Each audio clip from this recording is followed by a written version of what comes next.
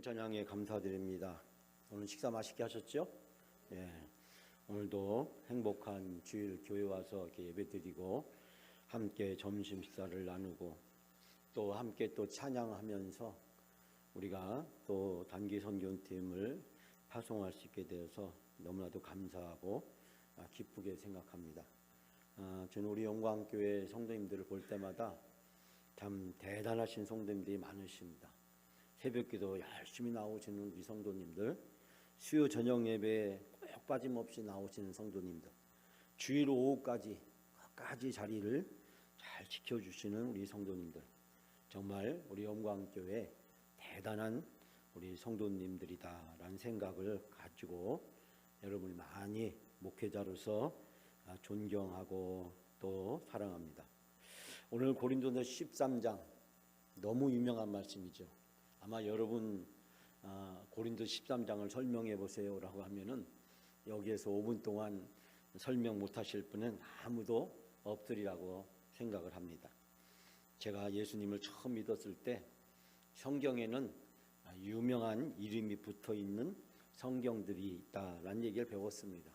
그 중에서 이 고린도서 13장은 사랑장으로 우리가 너무나도 잘 알려져 있습니다. 요즘 뭐 그렇게 많이 부르지 않지만 제가 1970년대 후반에 신앙생활을 처음 시작했을 때 그렇게 이름을 불러가며 성경에 대해 설명하는 것을 상당히 유행을 했고 또 젊은 청년들한테는 굉장히 그런 것들이 중요하게 여겨지던 시대였습니다.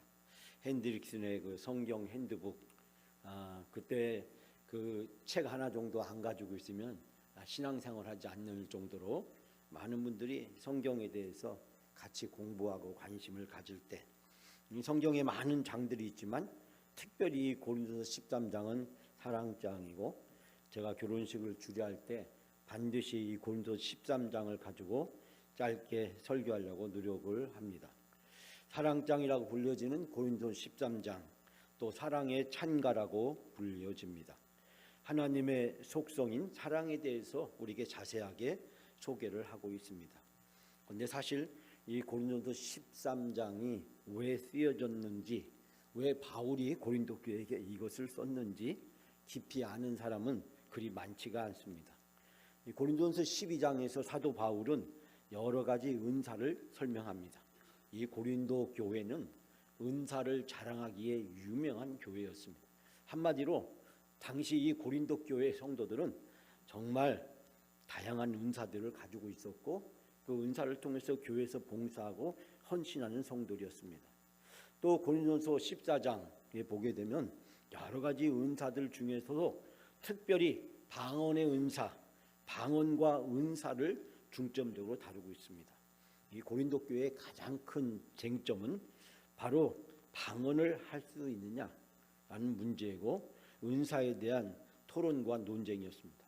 그런데 12장과 14장 그 사이에 딱 끼어 있는 것이 13장입니다. 13장에 왜 사도 바울은 사랑을 끼워 넣었을까라는 것을 생각해 보게 됩니다. 12장에서 여러 가지 은사가 있고 그리고 14장에서 그 은사 중에서 특별히 방언에 대해서 이제 소개를 하고 있는데 그 사이에 사랑을 끼워 넣은 것은 마치 12장과 14장을 접착제처럼 연결시키고 있다. 그래서 이 13장이 없이는 이 12장과 14장을 사도 바울이 고린도 교회에게 보낸 그 편지의 의도를 제대로 알 수가 없습니다. 우리 알다시피 고린도 교회의 상황은 다민족, 다국가, 다인종, 다종교적 상황을 살고 있었습니다. 그러니까 여러 민족이 섞여서 살다 보니까 민족도 여러 민족이고 언어가 여러 개고 그러다 보니까 문화도 여러 가지고 종교도 여러 가지가 있습니다. 여러 가지가 함께 어우러지는 이 다문화적 상황, 우리 기독교인들은 참으로 견디기가 힘들잖아요. 이 다문화적 상황, 여러분 어떤 행사를 하는데 목사가 나와서 기도하고 중이 나와서 또 연보를 외우고 또 이슬람 또 사제가 나와가지고 또 이슬람식 기도를 하고 또 무당이 나와가지고 또 뭐 짧게 구술을 하면서 기도를 한다고 생각해 보십시오. 그런 자리에 우리 기독교인이 앉아 있다고 생각하면 얼마나 힘들겠습니까? 그것이 바로 이 고린도 교회의 상황이었습니다. 그러다 보니까 이런 다민족은 다문화를 낳고 다문화는 다종교를 낳고 다종교는 결국 많은 갈등을 낳게 됩니다. 그러다 보니까 고린도 교회 안에서도 그 세상의 풍속과 문화가 교회 안에 자연스럽게 침투해 오게 되고 이 고린도 교회의 신앙적 정체성이 상당히 혼란스러운 상황이었습니다. 여러분, 바로 그 중에서도 신령한 것에 관련해서 혼란이 참 겪고 있습니다. 무엇이 신령한 것이냐, 무엇이 우리가 추구해야 될 것이고 무엇이 우리가 소중하게 생각해야 될 것이냐.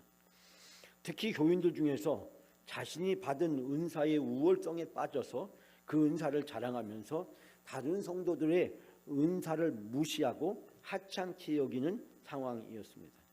특별히 앞에서 설명했지만 고린도 교인들이 우쭐댐과 거들먹거림, 어떤 분은 이제 이렇게 표현했는데 이 고린도 교인들의 우쭐댐, 거들먹거림, 그러니까 내 은사가 최고 은사고 그리고 다른 사람의 은사를 무시하면서 은사에도 서열을 매기고 등수를 매기고 그걸 가지고 교회 안에서 다른 사람을 차별하거나 무시하거나 업신여김 현상이 고린도 교회에 광범하게 있었고 그로 인해서 고린도 교회는 상당히 교인들 사이에서 갈등을 겪고 있었음을 보게 됩니다. 방언과 예언, 이 두 가지 14장의 주로 설명되어 있는 이 두 가지 은사를 최고의 은사로 간주하고 방언할 줄 모르는 예언할 줄 모르는 그런 성도들의 은사는 무시되고 또 차별을 공공연하게 자행했음을 발견하게 됩니다.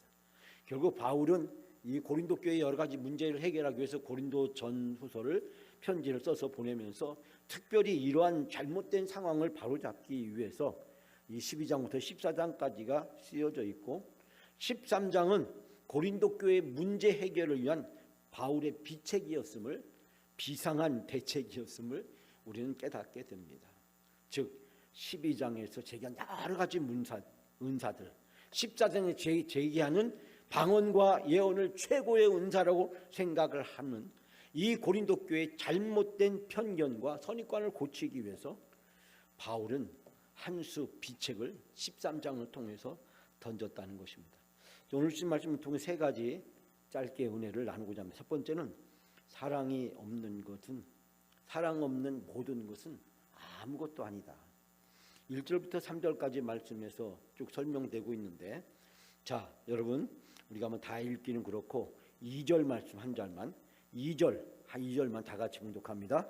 내가 예언하는 능력이 있어 모든 비밀과 모든 지식을 알고 또 산을 옮길 만한 모든 믿음이 있을지라도 사랑이 없으면 내가 아무것도 아니요. 아멘. 1절에도 보면 천사의 방언과 천사의 말 할지라도 사랑이 없으면 소리나는 구리와 울리는 꽹가리에 불과하다. 2절에도 보면 예언, 1절에서는 방언이죠. 2절에서는 바로 예언. 이 고린도 교회가 중요하게 생각하는 두 가지 1, 2절에 지금 다 언급되고 있습니다. 사랑이 없으면 아무 소용이 없다. 3절에도 보면 구제를 아무리 많이 하고 심지어 자기 몸을 불사는 데 내어준다고 할지라도 사랑이 없으면 아무 유익이 없다.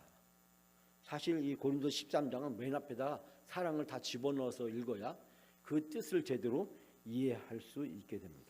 즉 바울이 보기에 고린도 교회의 결정적인 문제는 바로 사랑의 부재였다라고 사도 바울은 보고 있습니다. 그렇기 때문에 사도 바울은 고린도 교회 문제 해결책으로 제시하고 있는 것이 사랑의 회복이었습니다. 사랑이 없기 때문에 이 고린도 교회는 여러 가지 문제가 생겼고 그러므로 사랑을 회복하면 그 문제가 해결된다고 생각하면서 사랑이 없으면 그 모든 은사들도 아무것도 아니다라고 사도 바울은 이야기합니다. 이 말을 쉽게 얘기하면 사랑이 없으면 아무 이득이 없다는 사랑 무용론을 주장을 하고 있습니다. 사랑이 없는 행위의 무용론, 바로 그것을 주장을 하면서 사랑이 없으면 아무 이득이 없다. 여기서 사랑은 무슨 사랑을 얘기할까요? 당시 헬라 사람들은 사랑을 네 가지로 얘기했다죠. 혈통적인 사랑, 스톨게, 또 형제 간의 사랑, 또 남녀 간의 성적인 사랑, 그리고 마지막에 아가페, 신적인 사랑을 얘기하고 있습니다. 그런데 이 세 가지 사랑, 형제이기 때문에, 친구이기 때문에, 연인이기 때문에 다 때문이 붙죠. 이 때문이 사라지면 그 사랑은 사랑이 아닙니다. 그러므로 이 세 가지 사랑은 사랑이라기보다는 욕망인 것입니다. 욕망. 친구이기 때문에, 혈통이기 때문에, 어머니가 자식을 사랑하는 거, 혈통 때문에 사랑하는 거죠. 근데 어느 날 유전자가 검사 봤더니 자기 자식이 아니래요. 그 사랑은 다 무너지지 않습니까? 남녀 간의 사랑, 첫눈에 반했지만 살다 보니 왼수가 되고 결국 헤어지는 사람들도 우리가 종종 주변에 발견하게 됩니다. 다 조건 때문에. 근데 그 조건이라는 것이 인간의 욕망이라는 거예요. 욕망. 소유하고 싶은 욕망을 기초하고 있어요. 근데 이 아가페적 사랑은 그럼에도 불구하고 뭐뭐 때문에 그 욕망, 어떤 조건을 뛰어넘는 무한한 사랑이라고 얘기합니다. 즉 고린도 교회에게 이야기하는 사도 바울의 사랑은 혈통적 사랑도 아니고 형제적 사랑도 아니고 이성적 사랑도 아니고 바로 신적인 사랑을 얘기합니다. 즉 예수님이 보여주신 사랑입니다. 즉 사도 바울이 얘기한 사랑은 곧 예수님입니다. 예수님을 통해서 나타나고 예수님을 통해서 표현되고 예수님을 통해서 증명되고 예수님을 통해서 확증된 그 사랑을 얘기합니다. 그러므로 이 사랑은 당연히 나 중심이 아니라 상대방 중심이 되는 것입니다. 사랑은 나 중심이 아닌 것입니다. 사랑은 상대를 배려하고 상대를 위하는 것입니다. 상대를 위해서 내가 헌신하고 희생하는 것입니다. 이 사랑이 바로 예수님이 보여주신 사랑입니다. 그리고 그 예수님 사랑의 절정은 바로 십자가였습니다. 여러분, 십자가는 하나님이 우리에게 보여주신 사랑의 몸짓이다라는 유명한 말이 있습니다. 제가 한 말은 아니고요. 십자가는 하나님이 보여주신 사랑의 몸짓, 사랑의 몸짓, 저주의 상징이 아니라 사랑의 몸짓. 예수님이 십자가에서 죽으심으로 말미암아 십자가는 저주의 상징에서 사랑의 몸짓으로 바뀌게 된 것입니다. 십자가는 바로 하나님 사랑입니다. 십자가는 사랑입니다. 그럼 교회 안에 있는 모든 것은 십자가 하나님의 사랑으로 나타나져야 됩니다. 사랑은 자기를 주장하고 자기를 드러내고 자기를 자랑하기 위한 것이 아닙니다. 우쭐거림과 그리고 이 다른 사람들을 하찮게 여기면서 거들먹거림, 이 우쭐됨과 거들먹거림은 결코 사랑이 아니라는 것을 우리는 예수님의 십자가 사랑을 통해서 배우게 됩니다. 성도 여러분, 사랑이 없으면 아무것도 아닙니다. 그러므로 모든 것은 사랑으로 증명됩니다. 모든 은사의 최종적 귀결은 바로 사랑으로 귀결되어야 그것이 참된 은사라는 사실을 발견하게 됩니다. 그러므로 모든 은사는 사랑을 나타내야 되고 그 사랑은 예수님을 드러내는 것입니다. 나를 드러내는 것이 아니라 예수님을 드러내는 것. 우리가 아무리 은사를 많이 받았다고 할지라도 그 은사가 나를 드러내는 것이 되어버리면, 나를 주장하는 것이 되면, 다른 사람과 비교해서 우쭐하고 거들먹거리는 것이 된다면 그것은 아무런 소용이 없다는 것입니다. 사랑으로 예수님을 드러내는 것. 내가 가지고 있는 나의 은사를 통해서 예수님을 드러내야 되고 사랑으로 표현돼야 됩니다. 두 번째로 사도 바울이 이야기하는 것은 그런 구체적인 사랑의 내용입니다. 우리 4절부터 8절까지 말씀이 바로 여기에 등장하는데 우리가 너무나도 유명한 말씀이고 교회를 안 다니는 사람들도 다 알고 있는 말씀입니다.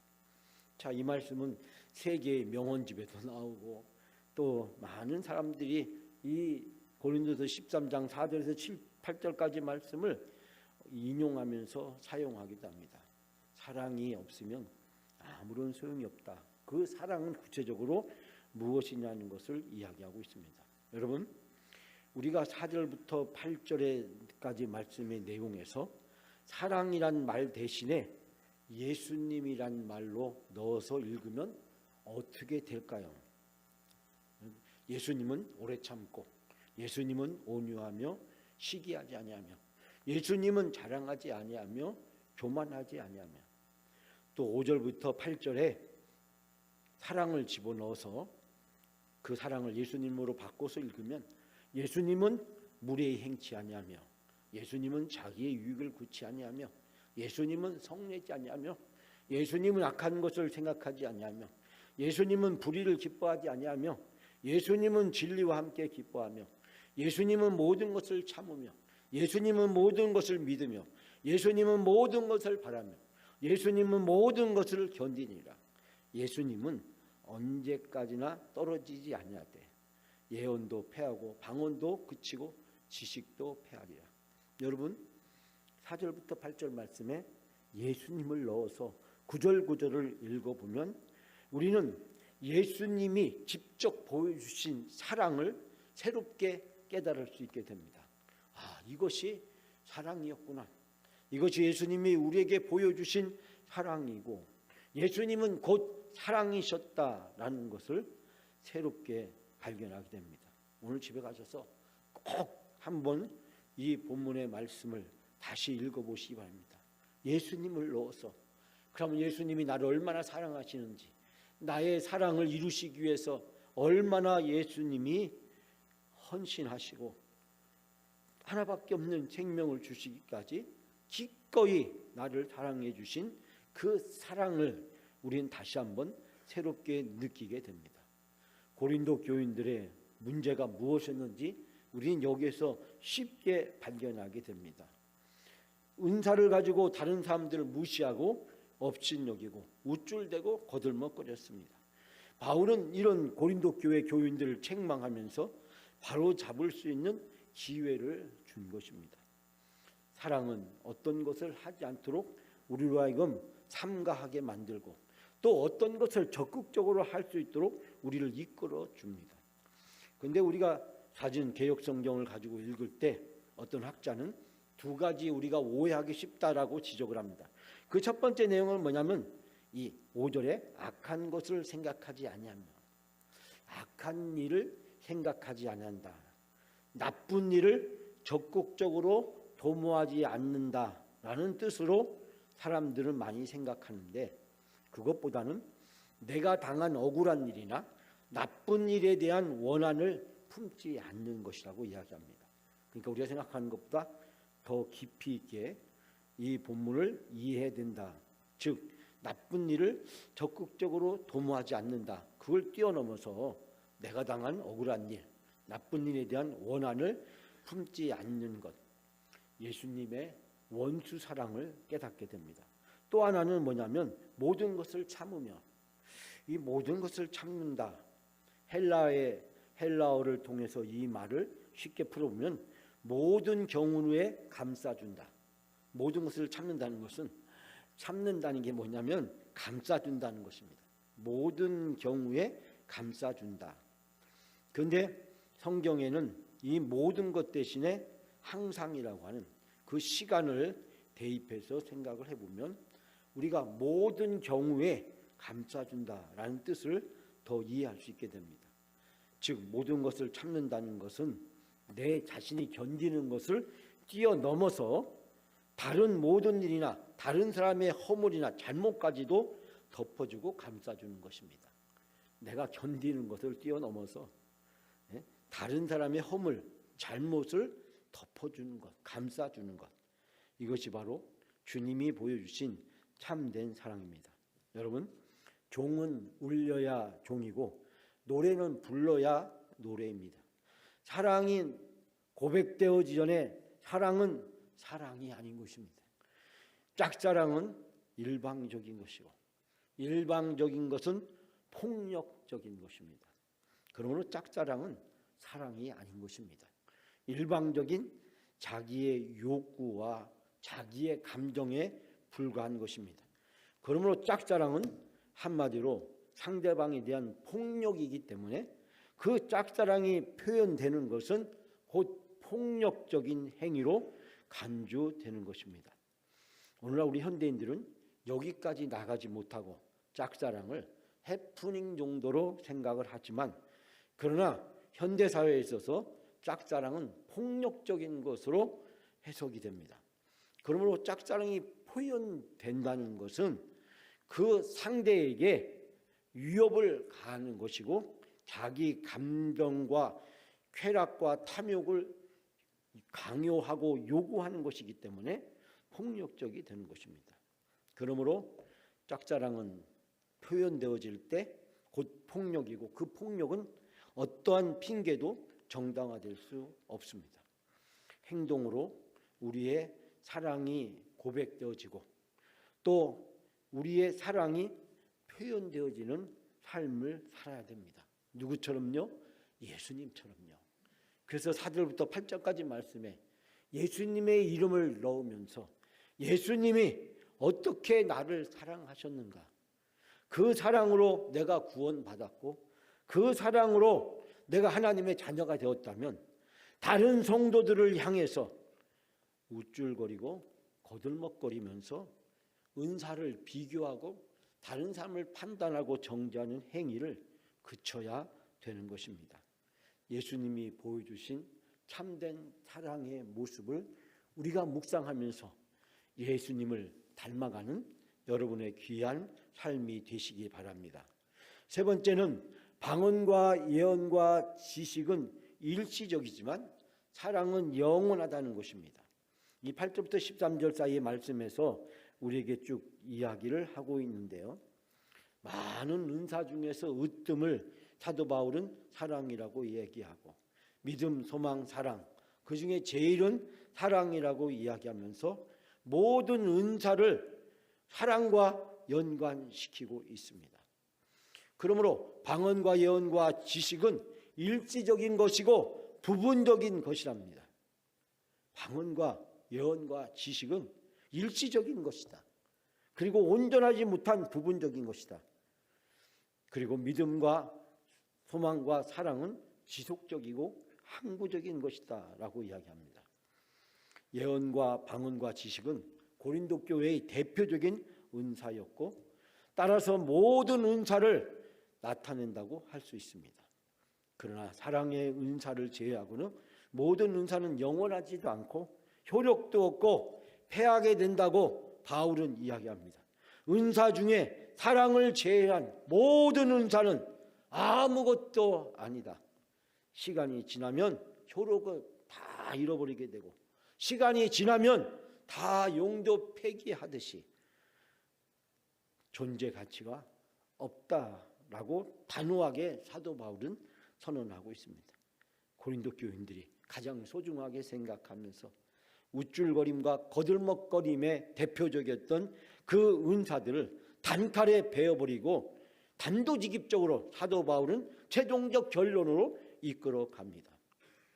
그렇다면 왜 사랑의 은사를 제외하고 다른 모든 은사는 패하게 될까요? 하나님이 사랑이시기 때문입니다. 하나님이 사랑이시기 때문에, 하나님의 속성이 사랑이시기 때문입니다. 그렇기 때문에 사랑은 시간과 공간의 제한을 받지 않고 영원한 것입니다.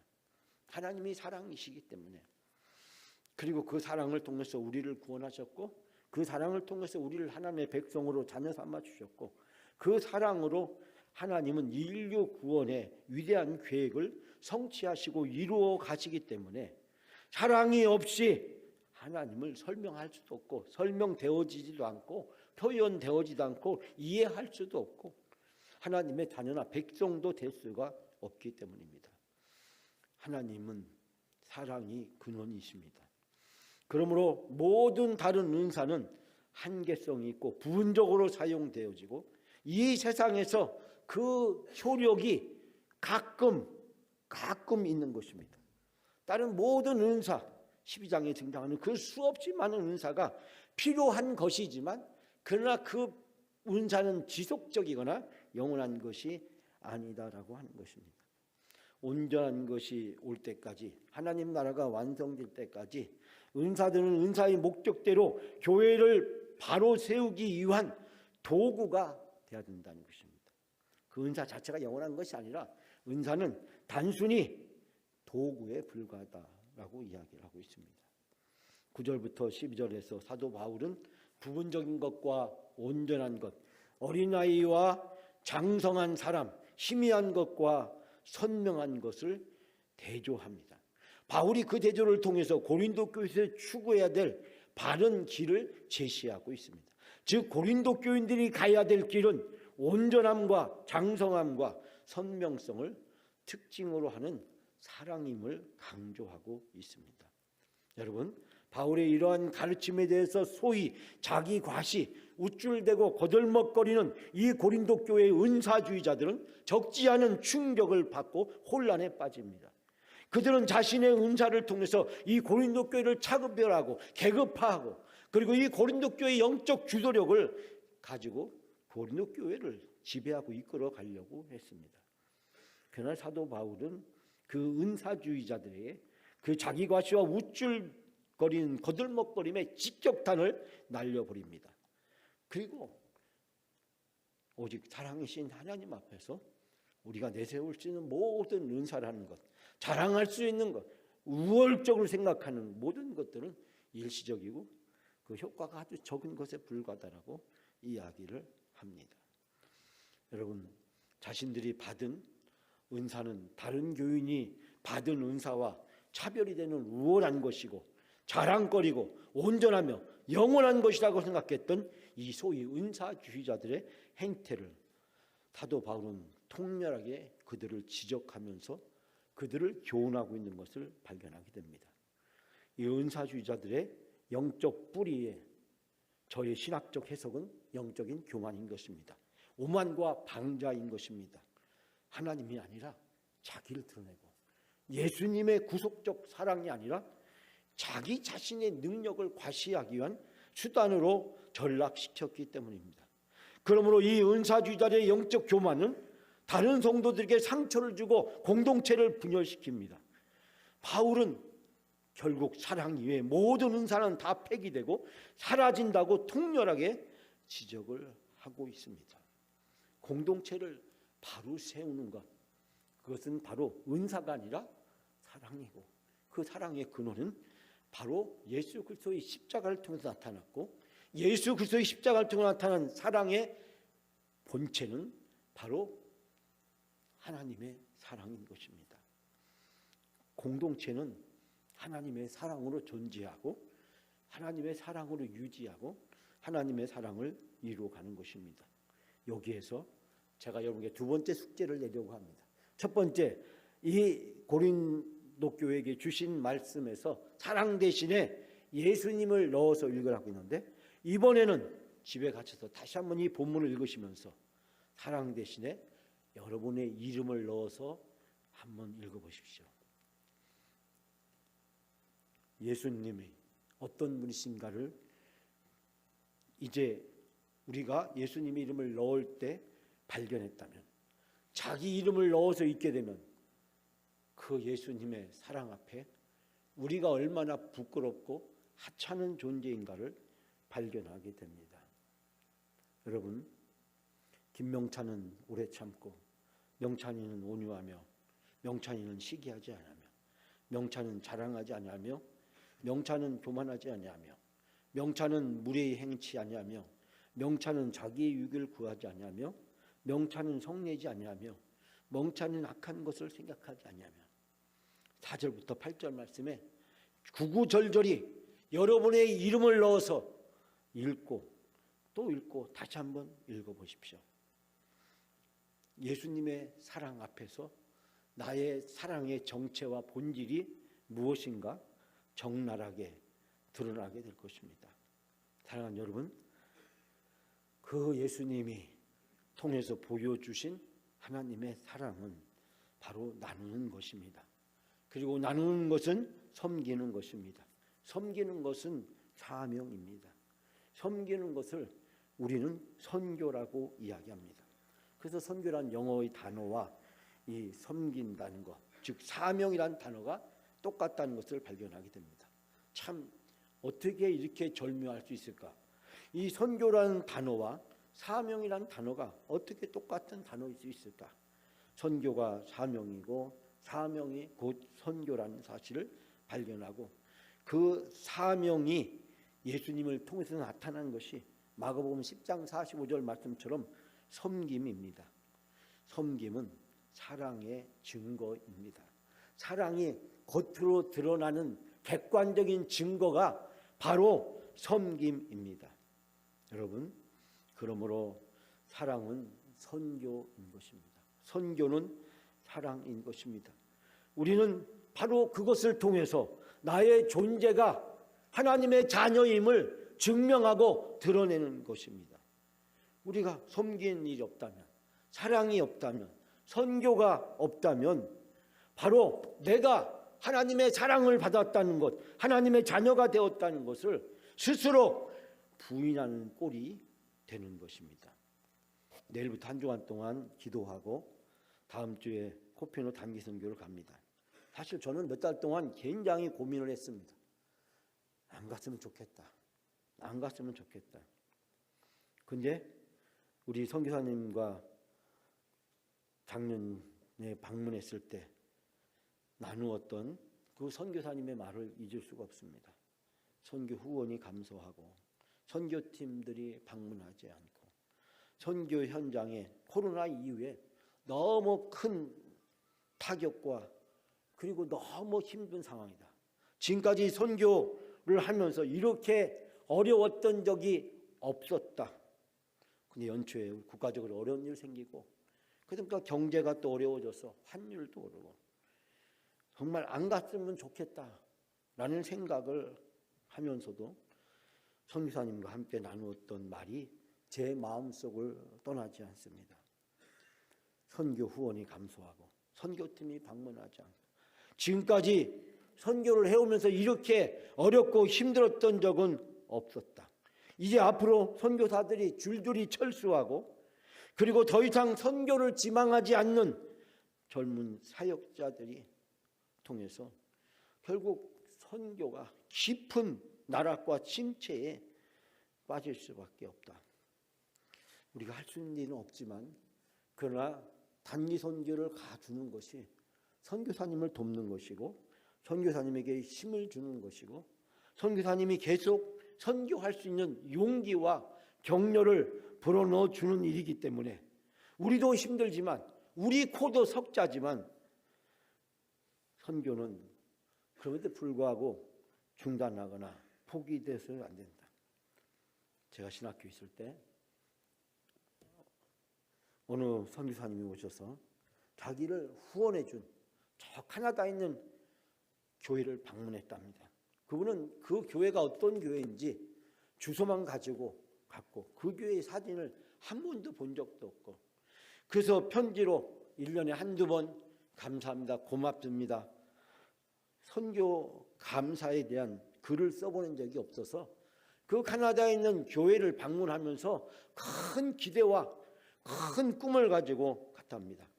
나를 이렇게 몇십 년 동안 후원해 준 그 교회라 한다면 도시의 상당한 규모의 교회일 거라고 생각을 했는데 가봤더니 나이 든 성도님들 몇십 분 되지 않는 아주 작은 교회였답니다. 너무 충격적이었답니다. 이 조그마한 교회가 이렇게 나이 든 성도님들밖에 없는데 물론 지금부터 몇십 년 전에 그 교회는 지금과 달랐겠지만 어쨌든 그 교회의 모습을 보면서 최근에까지 자기를 후원해준 그 교회의 후원에 대해서 큰 충격을 받았답니다. 아니 교회도 작고 교인도 몇 명 없고 몇 명 없는 교인도 다 나이가 많으신 분들이고 그런데 어떻게 마지막까지 포기하지 않고 나를 선교할 수 있었을까?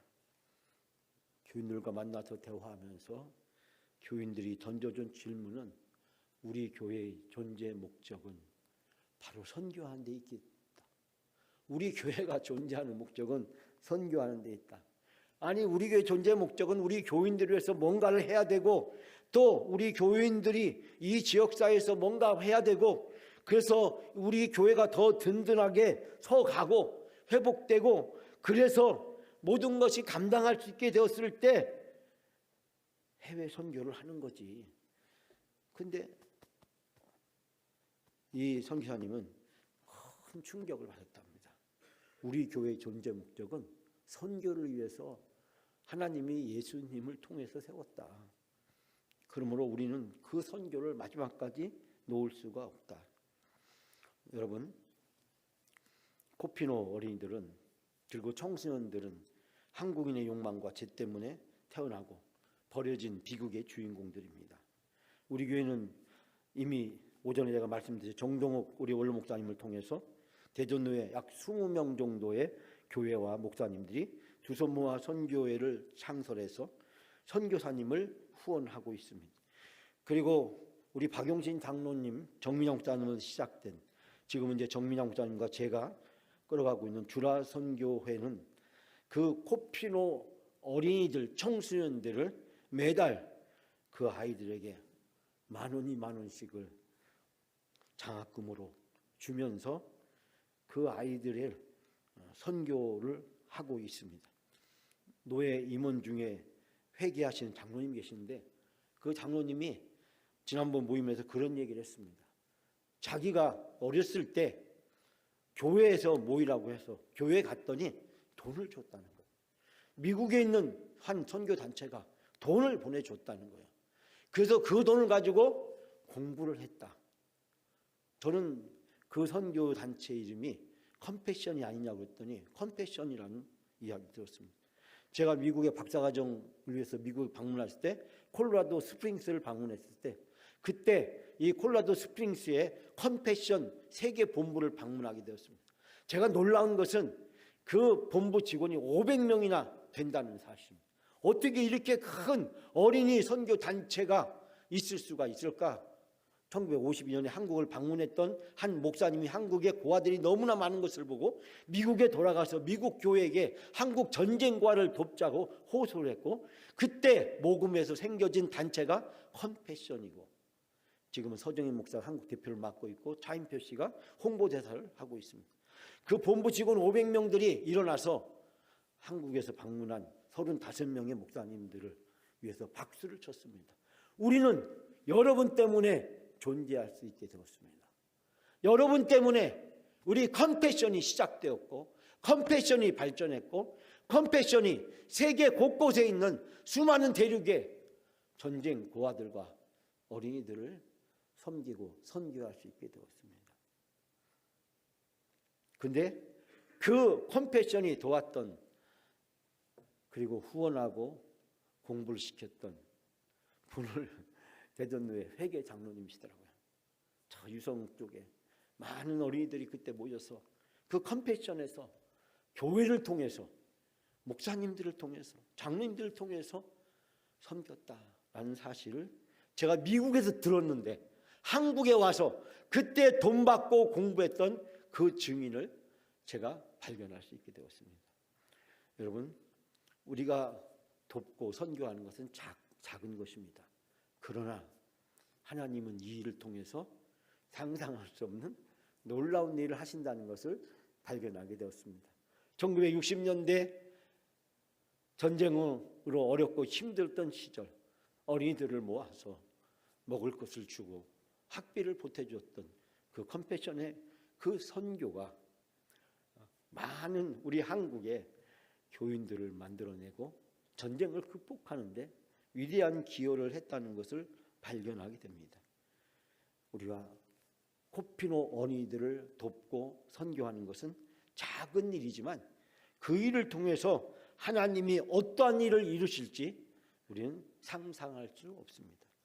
그렇기 때문에 우리 코가 석자지만 그럼에도 불구하고 우리는 나누어야 되고 섬겨야 되고, 그 나눔과 섬김을 통해서 사랑을 증명하는 것이 우리 그리스도인이 2025년 1월 우리에게 부여된 우리 성도들의 삶이라고 생각합니다. 사랑하는 여러분, 우리 영광교회가 이 하나님의 부르심 앞에 사랑으로 섬김으로 응답하는 여러분의 삶이 되고 우리 교회가 되어지시기를 주님의 이름으로 축원합니다.